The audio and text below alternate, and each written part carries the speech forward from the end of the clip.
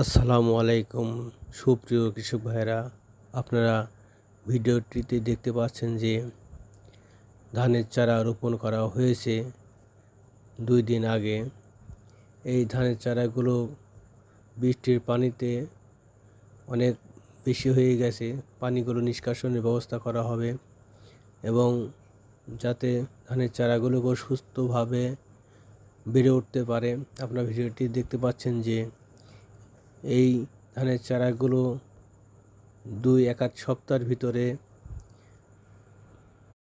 এই জমিতে আগাছানাশক ব্যবহার করা হবে এবং আগাছানাশকের সাথে সার ব্যবহার করা হবে।